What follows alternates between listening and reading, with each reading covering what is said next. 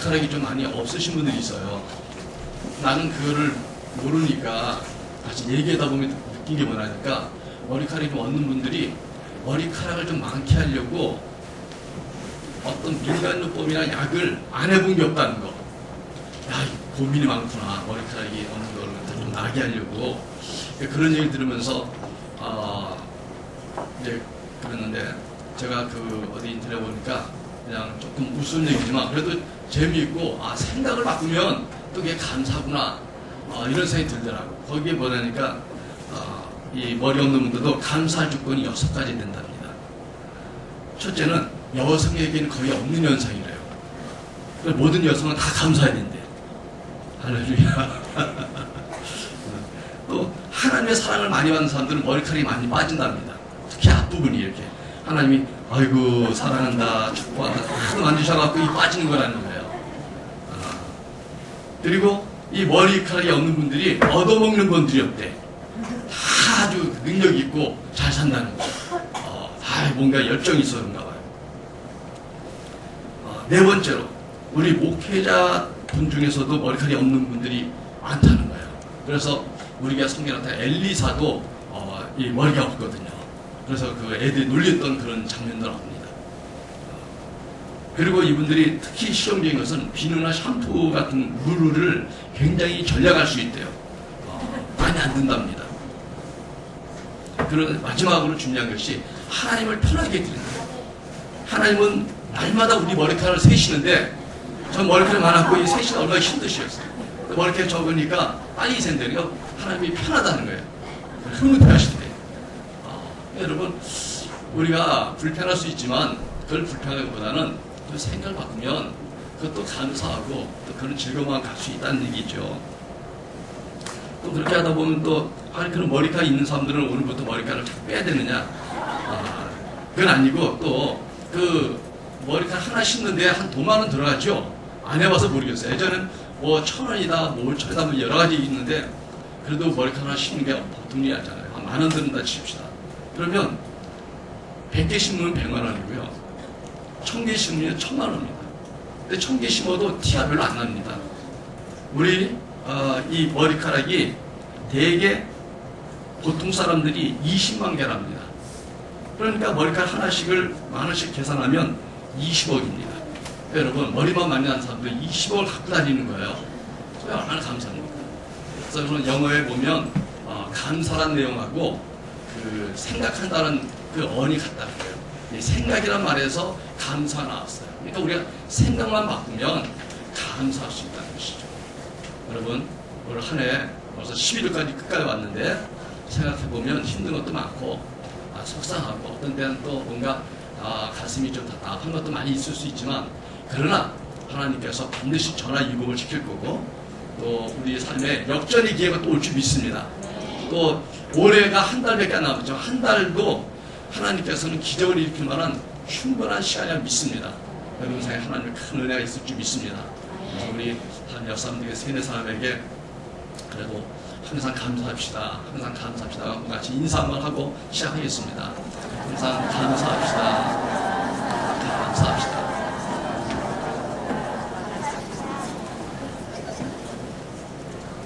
그래서 오늘 말씀도 그 예수님의 감사라고 적었는데 예수님께서 우리가 다 아는 사건이지만 요한복음 6장에 보면 예수님을 따라다니는 분이 굉장히 많았습니다.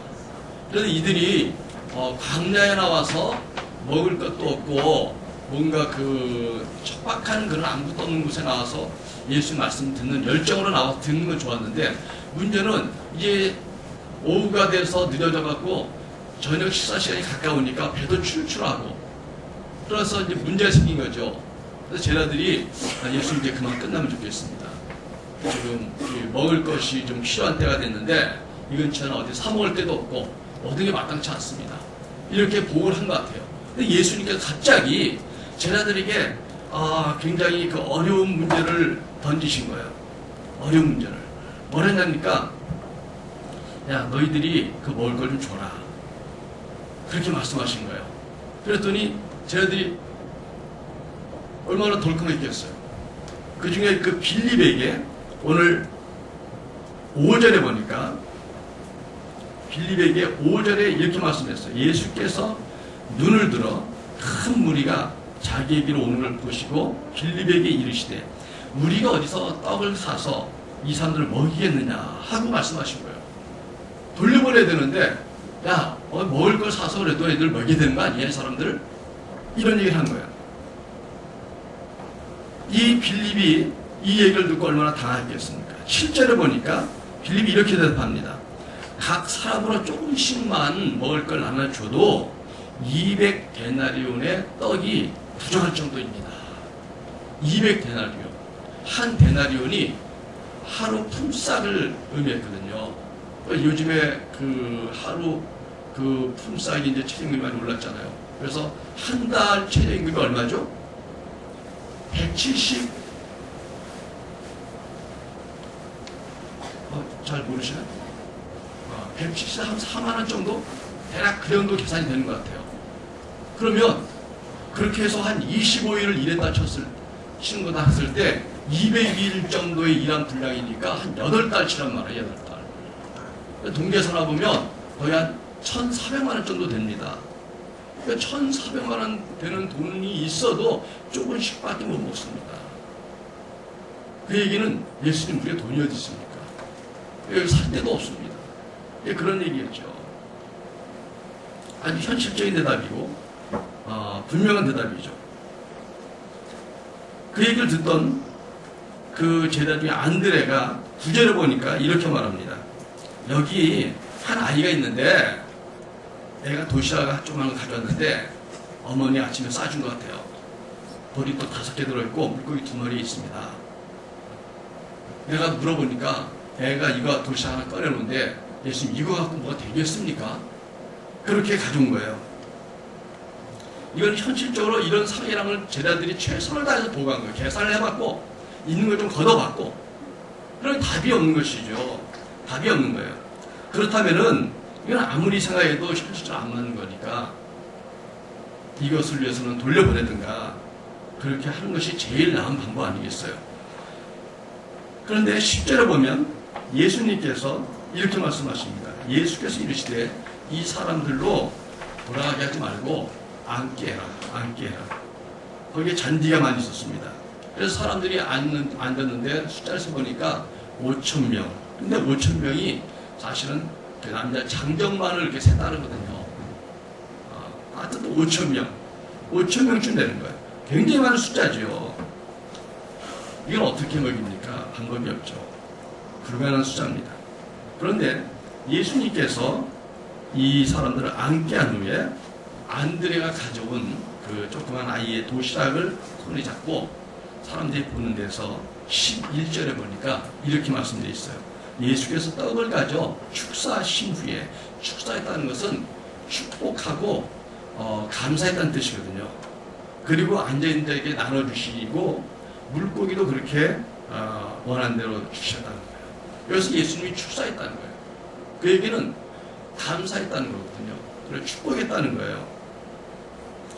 이걸 보고 있었던 제자들은 어떤 생각이 들었을까요? 아니 조그만 도시락을 들고서 그걸 놓고서 축복 감사하니까 예수님이 저 도시락 갖다 드렸더니 혼자 드시려고 식사기도 하시고 드시려고 지금 저렇게 식사기도 하시나? 이렇게 생각했겠죠. 그런데 놀라운 일이 벌어진 거예요. 그 다음 말씀 보니까 앉아있는 자들에게 나눠주시고 나누기 시작했어요. 물고기도 그렇게 그들의 원대로 주시니라 그랬습니다. 5,000명이 되는 사람들이 앉아있었는데 그들에게 나눠주기 시작했는데 거기 있는 사람들이 충분히 먹고 남은 조각이 12강두리로 거둘 정도로 남았다는 거예요. 12절 13절을 보니까 그들이 배부른 후에 예수께서 제자들에게 이르시되 남은 조각을 거두고 버리지 마라. 버리지 말고 다 거둬라. 해서 거뒀더니 보리떡 5개로 먹고 남은 조각이 12바구니에 찼더라. 예수님 곁에서 그를 지켜보고 그 일을 도왔던 제자들이 봐도 깜짝 놀란 일이죠. 이 성경을 기록한 사람은 요한입니다. 요한도 예수님의 제자이기 때문에 이것도 자기가 보고 기록한 거예요. 정확한 것이죠. 여기에 뭐 그 본 사람이 쓴 것처럼 정확히 어디 있겠어요. 이거에 대해서 그러나 설명할 방법은 없습니다. 분명히 축사하시고 나눠주셨다는, 축사하시고 나눠줬다, 그거밖에는 예수님이 한 게 없어요. 가져왔고 예수님을 축사한 다음에 나눠주라고 해서 준 것뿐이에요.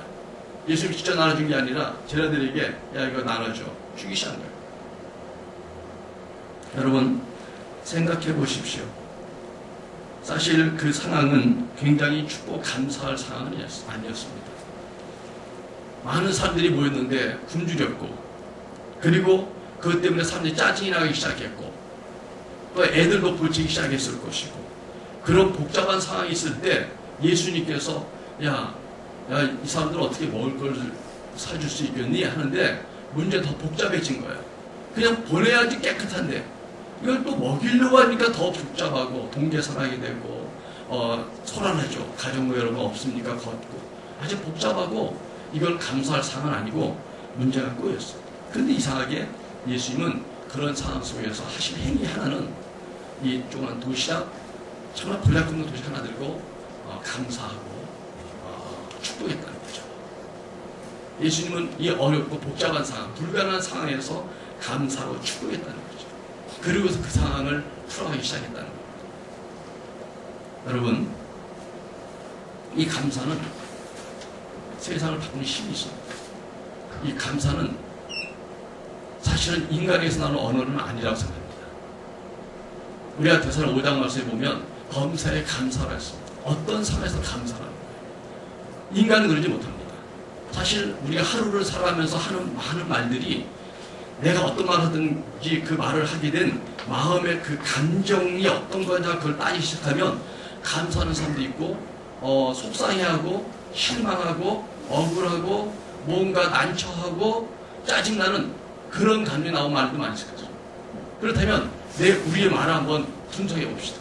내가 하루에 감사의 마음으로 말한 것이 얼마나 되고, 좀 불평하고 힘들다는 그런 마음으로 말한 게 얼마나 될까? 사실 우리는 감사한 마음으로 말한 게 몇 마디 안 됩니다. 몇 마디 안 됩니다. 정말. 감사는 인간의 게 아닙니다. 인간은 끊임없이 굶주리고 갈망하고 뭔가 부족해하고 그것에 대해서 또 원망하면서 나은 게 우리의 삶이 아닐까 하는 생각이 듭니다. 우리 예수님 이런 상황에서 감사했습니다. 감사해서 어떤 그 일들을 일으키신 거예요. 여러분, 그렇다면 예수님이 보여주신 이 감사, 이 축사, 이거에 대해서 한번 조금 분석해 보려고 해요. 이 감사는 예수님이 이 조그만 도시락 하나를 받아서 이게 감사해서 감사한 게 아닙니다. 이 작은 것 때문에 감사한 게 아니에요. 예수님은 자신이 따라다니는 사람들에게 당신의 은혜를 나눠주시려고 마음을 가졌기 때문에 이들이 따라오고 애써고 했던 모든 것들에 대해서 이들을 축복할 마음이 있었던 거예요. 이분들을 감사한 거예요. 그러니까 이 어려운 상황에 우리가 내 마음을 뺏기는 것이 아니라 지금 이들이 정말 순수하게 하나님의 말씀을 사모하고 나온 이들을 볼 때 얼마나 사랑스럽고 귀합니까? 그들을 감사하고 그들을 축복하는 마음으로 감사하는 거예요. 여러분 잘 보세요. 떡이 어떻게 5,000명 먹을 수 있냐? 이건 우리의 여기에 주목한다. 우리는 이게 어떻게 그렇게 될 수 있니?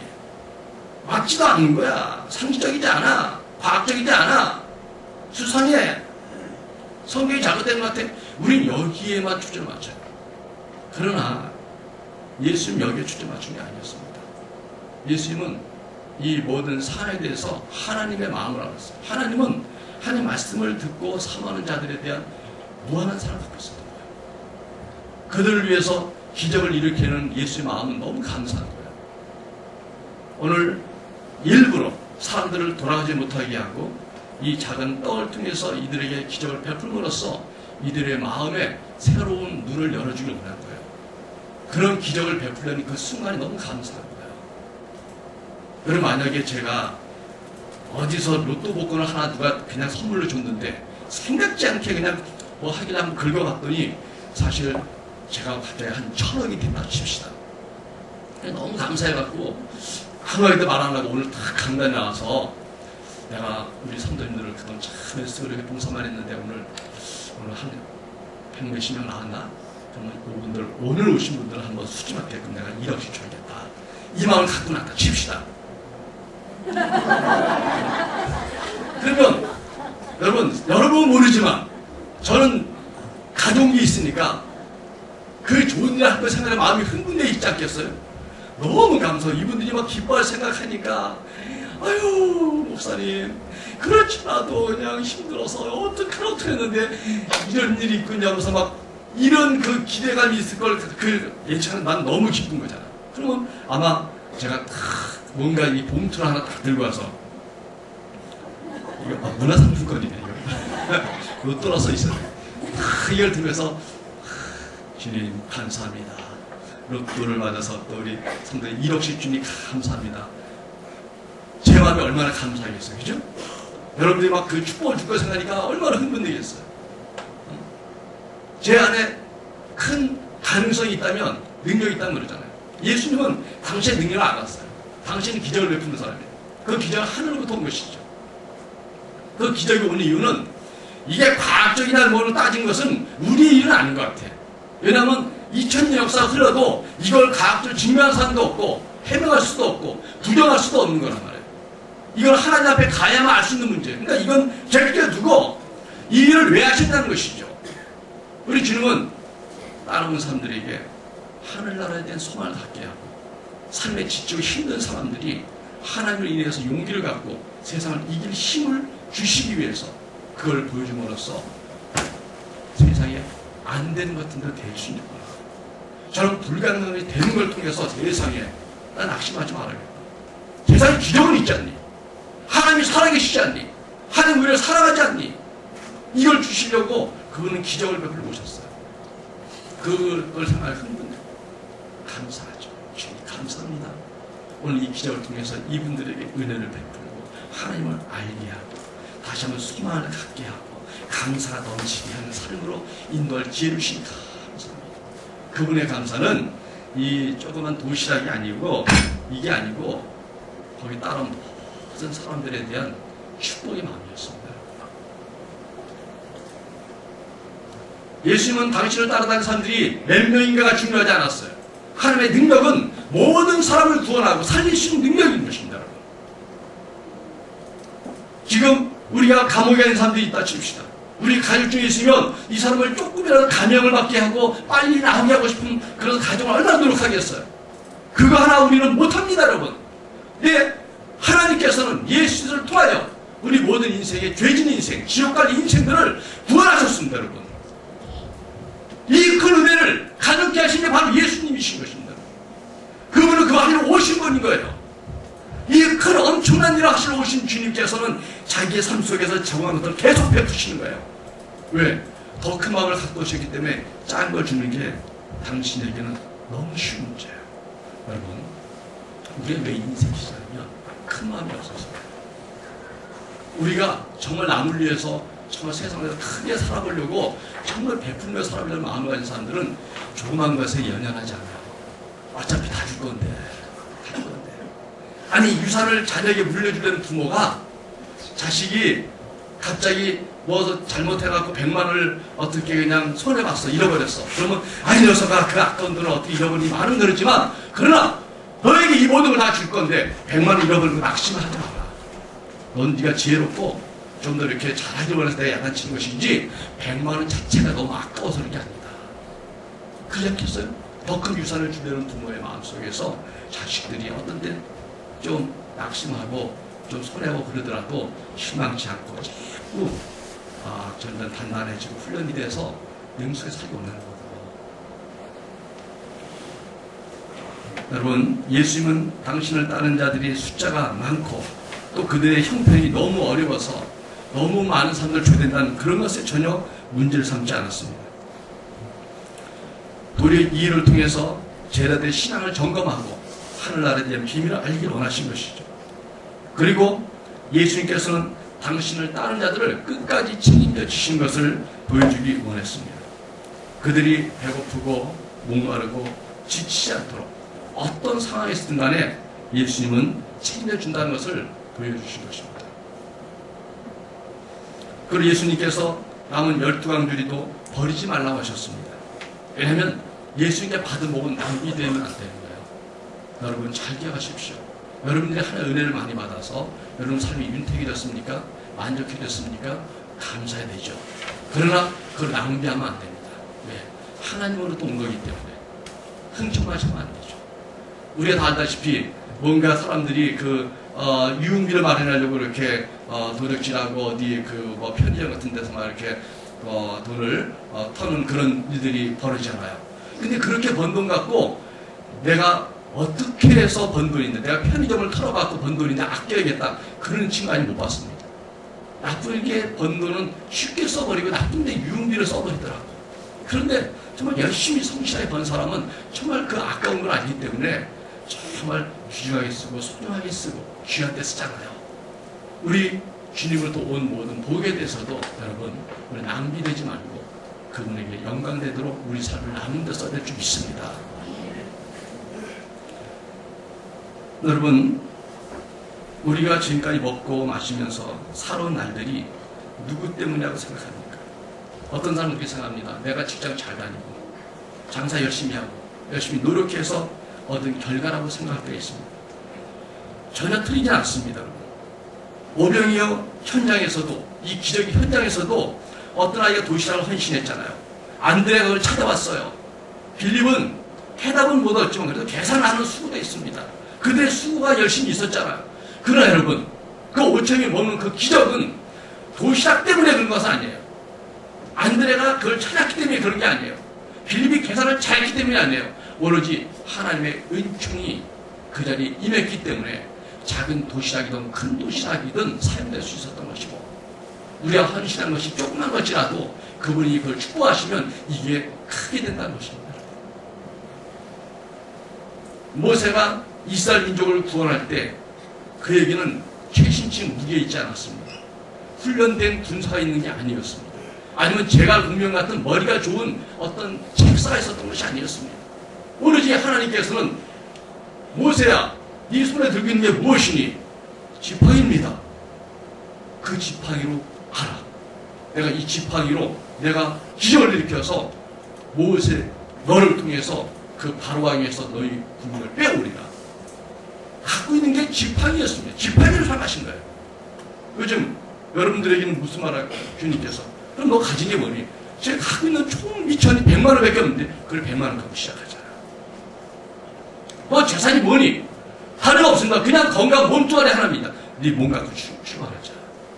내가 축복하면 네가 가진 게 무엇이든 간에 나의 능력이 나타날 것이고 내가 너를 사랑하고 너의 삶을 축복한다는 걸 네가 알게 될 것이다.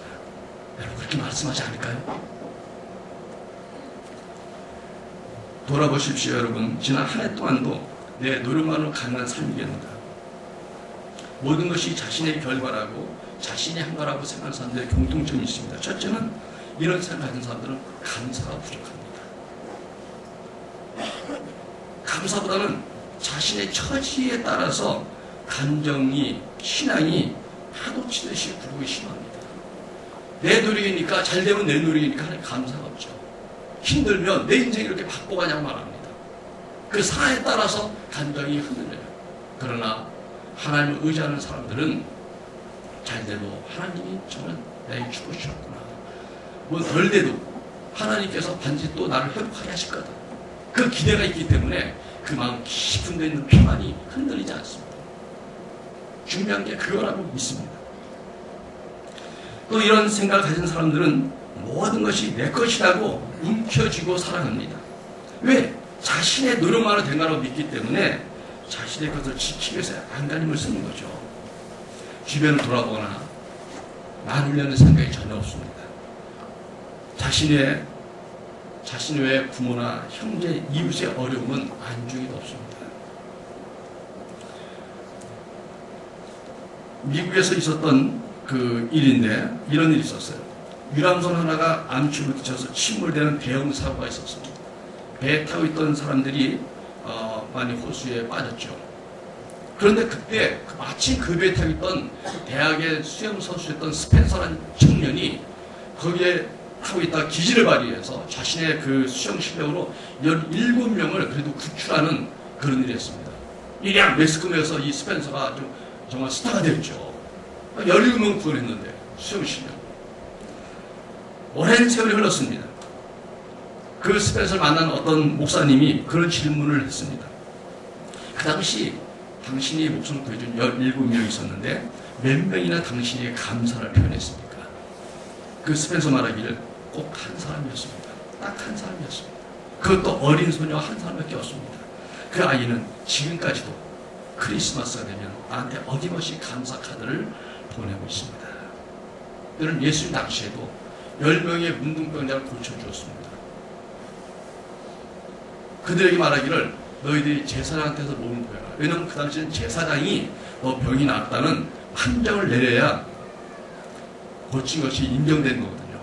그러니까 제사장이 그 판결을 하는 사람이기 때문에 다 보여라. 근데 그 말을 순간 가다 보니까 가다가 고침받은 거야. 가다 보니까 몸이 괜찮아진 거야. 그 중에 한 사람만 돌아와서 예수님께 감사했습니다. 그럴 때 예수님께서 나머지 9은 어디 있느냐 그랬습니다. 여러분, 우리는 그 사건을 통해서 예수님 당시에 그 나병 환자들이 사람들이 좀 약간 좀 이상한 사람들 같아요.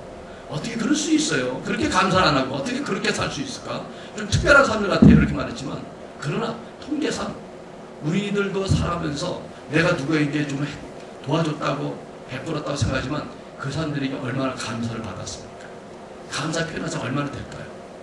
바꿔 말하면 우리 자신도 우리에게 은혜를 끼치는 사람에 대해서 얼마나 감사하고 삽니까? 생각은 있지만 올해는 힘들어. 요번 명절은 힘들어. 지금 내 형편이 아직은 그게 아니야. 그냥 말로 하는 것보다 내가 뭔가 생생을 낼 수 있는 때가 될 때까지는 좀 아직 때가 아닌 것 같아요. 수많은 감사를 미루고 있지 않을까요? 많은 사람들이 그렇게 말합니다. 별거 아닌 것지만 그렇게 말을 해요. 우리 애가 기저귀만 떼면 좀 좋겠어요. 어떤 사람은 그렇게 말해요.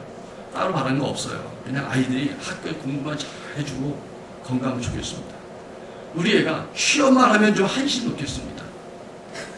우리 남편이 정년 퇴직할 때까지만 그래도 건강 받쳐주면 좋겠습니다. 퇴직 후에 먹고 살 정도 연금만 나오면 감사하죠. 여러분, 우리가 흔히 하는 얘기지만 그러나 걱정과 문제거리가 해결돼야만 감사할 수 있다면, 그리고 행복할 수 있다고 착각한다면 우리는 평생 감사할 기회는 없습니다. 왜냐하면 세월을 흘러도 상황은 달라지지 않거든요. 하나 해결되면 또 다른 게 나타나거든요. 우리 그런 얘기 많이 하잖아요. 보너스 나왔어, 보너스가. 와, 보너스 나왔다. 그럼 그 뒤에 나오는 얘기가 뭔지 아세요? 보너스 나온 줄 알고 어떻게 돈 쓸 일이 또 생겼는지 귀신같이 하다. 돈이 생기면 돈 쓸 일이 대기하고 있어요, 이미. 어쩐지 이게 나온다 했더니 돈 쓸 일이 또 벌어졌구만. 생각지 않는 돈도 나갈 돈이 생겨요. 갑자기 누가 아파? 갑자기. 그러니까 우리 인생에 야지간이 없다니까요. 그러니까 우리가 감사할 때는 없는 거예요.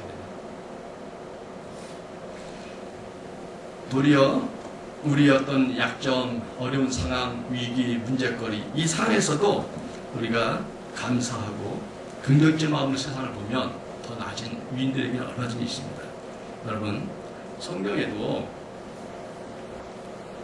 마태복음 19장 21절과 22절을 보면 이런 말씀이 있습니다. 예수께서 이르시되 내가 온전하고자 할진대 가서 내 소유를 팔아 가난한 자들에게 주라. 그리하면 하늘에서 보화가 내게 있으리라.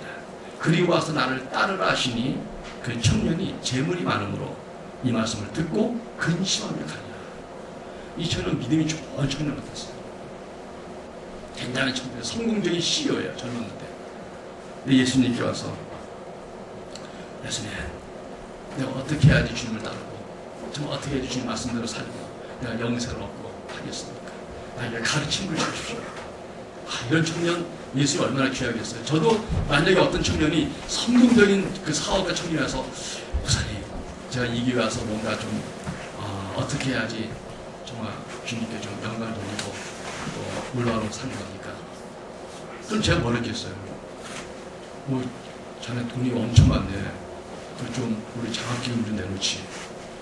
아니면 그거 갖고 이번에 우리 성교한테 좀 쓰자고. 그러지 않겠어요? 아니 돈 많은 성령 청년인데 예수님도 그 말씀하신 것 같아요. 야, 너 저기 좀 있는 그 땅 그거 하나 좀 팔아갖고 좀 가난한 데 나눠주자.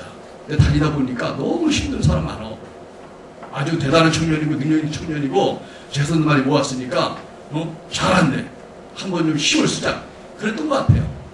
근데 문제는 이 청년이 근심하며 갔습니다. 왜? 이 친구에게는 신앙을 따르지만 신앙보다 더 중요한 게 재물이었습니다. 많은 경우 우리는 우상을 섬기고 있습니다. 주님을 위해서 주님께서 원하시는 것을 하나가 했을 때 내가 미루는 게 있다면 그것이 바로 우리의 우상입니다. 아이 목사님 내 자식이 좀 어려요. 애가 좀 클 때까지는 그 자식 우상입니다. 아유 아직 내 사업체가 이렇게 크지 못해요. 아직 재정이 그 정도로 넉넉하지 못해요. 아유 제가 그 정도 시간은 없어요. 많은 경우 우리가 주님의 일을 하지 않을 때 한 이유로 됩니다. 어떻게 보면 그것이 우리의 우상은 아닐까요? 왜? 그게 만족할 때까지는 아무것도 못해요. 그리고 주님 일보다 그게 더 중요해요. 우리가 선교사들을 많이 후원합니다. 왜 후원합니까? 사실 어떤 때는 저는 그런 생각도 들어요. 오늘날 우리 한국에서 목회하는 목사님들보다 선교사가 더 편한 것 같아요. 사실은. 왜? 지금 국내 목회는 더 어려워요. 지금 성도 10명도 안 되는 교회가 50%가 다 돼갑니다. 힘든 때예요. 전도도 안 되잖아요. 근데 이분들은 국내에 있기 때문에 어렵지만 정말 삶을 잡고 하잖아요. 근데 선교사님들은 외국 나가서 고생한다 해갖고 선교에 보내주잖아요. 그리고 국내에 있으면 어머니도 모셔야 되고 동생도 돌봐야 되고 경조도 다 쫓아야 되는데 해외에 있으면 그걸 하나도 안 합니다. 얼마나 편한지 몰라요. 잊어버리고 살아. 어떤 때는 내가 보면 선교 더 편한 것 같아. 부럽더라고. 근데 제가 조금 농담 섞은 겁니다.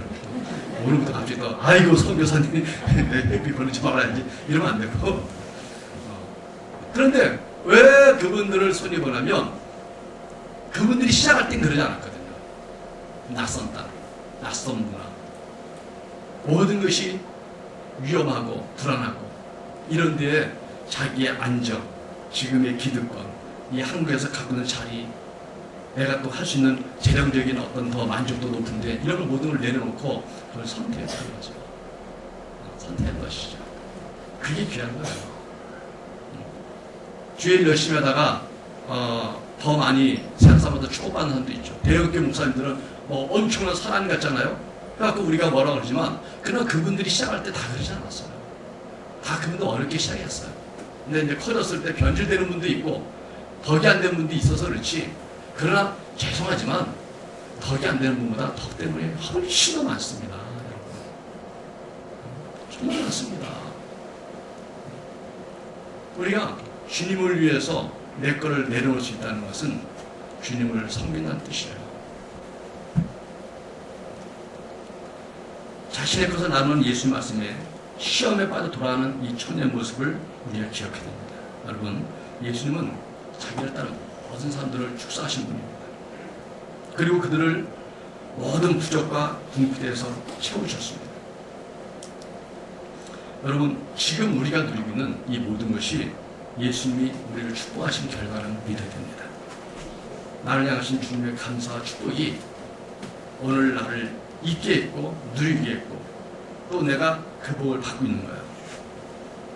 그리고 이거에 대해서 감사는 신앙을 가져야 됩니다.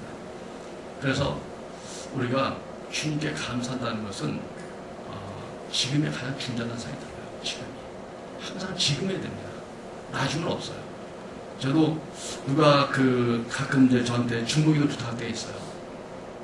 근데 우리 교인 같으면 그냥 기도해드리기도 하고 또 새벽기도 기도하는데 남의 교인 밖에서 만난 분들이 나한테 기도 부탁하면 솔직히 그런 말이 들어요. 지금 내 교인 기도하기도 바빠 죽겠는데 이 사람 나한테 뭘 믿고 나한테 기도를 요청하나? 그렇잖아요. 감히 내 시간을 다 다는 거 아니에요. 그리고 어떤 분은 욕심이 많더라고. 목사님 매일 좀 기도해. 아니 지금 우리 교인도 지금 기도하기 힘든데 뭘 매일 자기를 위해 기도해. 난 그랬을 때 내가 생각할 때마다 기도하겠습니다. 솔직히 그래. 생각할 때마다. 그게 거짓말 아니잖아요. 생각날 때마다 1년에 한 번 날 수도 있지만 매일 기도할 때 영치도 없어. 사실 며칠 전에도 그 한 번에 이제 그 서울에 있는 전도사님이 막 서울에서 내가 가르쳤는데 거기서 학생인데 목사님 강의 듣고 뭐 말씀도 은혜 받고 또 그래갖고 좀 자기 뭐 기도도 받고 치유가 듣게 있다고 오겠대. 몇 번 이러다가 할 수 없이 지난주에 왔다 갔어요. 그랬더니 또 그러면서 목사님 저기 일주일에 한 번씩이라도 와서 기도받고 싶대. 근데 속으로 내가 그런 스케줄을 왜 잡냐 속으로. 아니 매주 나 우리 교인지 매주 저를 만나러 온 분이 없습니다 지금. 근데 이 사람이 왜 나를 뭘 믿고 나한테 맡기는 것도 아니고. 그래서 하도 또 뭐 사람도 있고 그러니까 그러면 12월 바쁘니까 한 번 정도 한 날 잡시다. 낮에 한번 와서 2시간 하자고. 진짜 있죠. 나눈다는 게 쉽지 않더라고요. 그래서 밖에 있는 분들이 그냥 누가 기도하면 알겠습니다. 기도하겠습니다. 그러면 딱 차에 타서 곧바로 잠깐 기도해. 왜? 잊어버리니까 안 돼. 나중에 돌아서서는 생각이 안 나거든요. 외국 사람들은. 우리 교인들은 잠깐 명단 보면서 하니까 그렇지만. 그래서 그 즉시 하는 말을. 왜? 만약에 나중에 기도해야 하면요. 안 하게 되더라고요. 솔직히. 거짓말하게 되는 거고 또 나중에 그 사람 딱 봤는데 미안한 거야. 기도 안 했는데 어떤 분이 저한테 그러더라고요. 기도도 안 했는데 아유 목사님 기도해줘서 고맙습니다. 기도 안 했는데 이런 사람도 있더라고. 그래서 내가 그냥 곧바로 기도하고 말아. 그때 잠깐이라도 거짓말하면 안 되니까. 좀 그런 경우가 있어. 그러니까 여러분 지금이 중요한 것 같아. 우리가 지금 할 수 있는 것만큼 하는 거예요. 할 수 있는 것만큼. 뭐 많이 얼마나 대단히 하지 말고 할 수 있는 거. 예수님도 갖고 있는 이 가지고 온 작은 도시락 하나로 감사했잖아요. 축복했잖아요. 그래서 시작했잖아요. 우리가 지금부터 시작하는 게 중요한 거예요. 여러분 지금도 예수님은 감사한 곳에 오병이의 기적을 베풀 줄 믿습니다.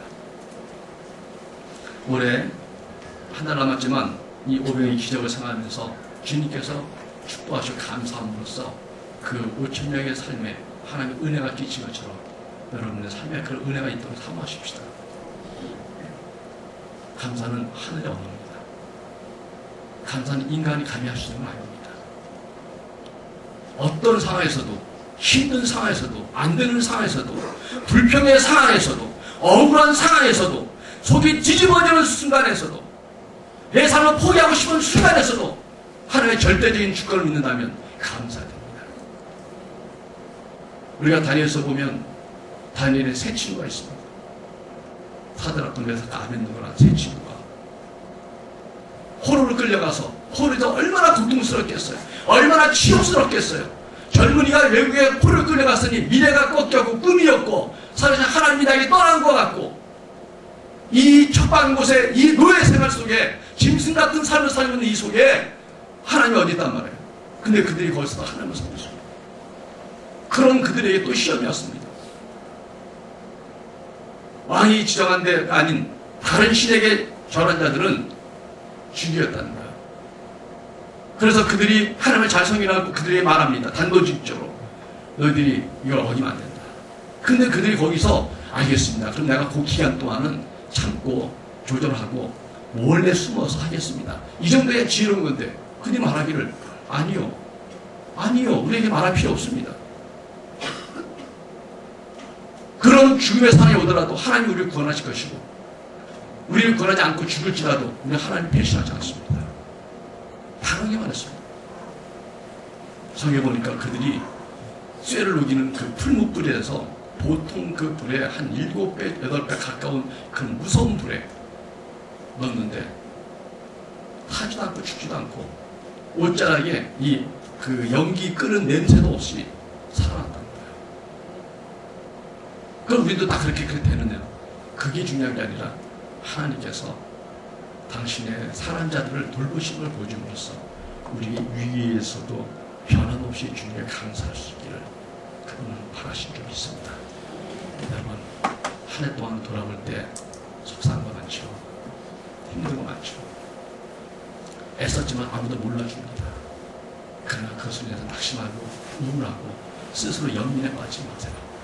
우리는 그럴 필요 없습니다. 왜냐하면 우리의 상황이 이 넓은 광야에 뜨거운 광야에 먹을 거 배도 고프고 메시아를 돌아가려는 상황이 막막한 그런 상황에서도 예수님 보죠. 기적을 통해서 우리에게 어떤 상황에서도 하나님의 감사하는 삶을 요구하시는 믿습니다. 올 한 해를 감사로 맞춰버리세요. 남은 한 달을 감사로 진행해버리세요. 네, 올해 안에 하나님 기적을 일으켜보시고 그러지 않을지라도 내년에 또 우리에게 더 큰 하나님의 희망이 떠오를 줄 믿습니다. 기도하겠습니다.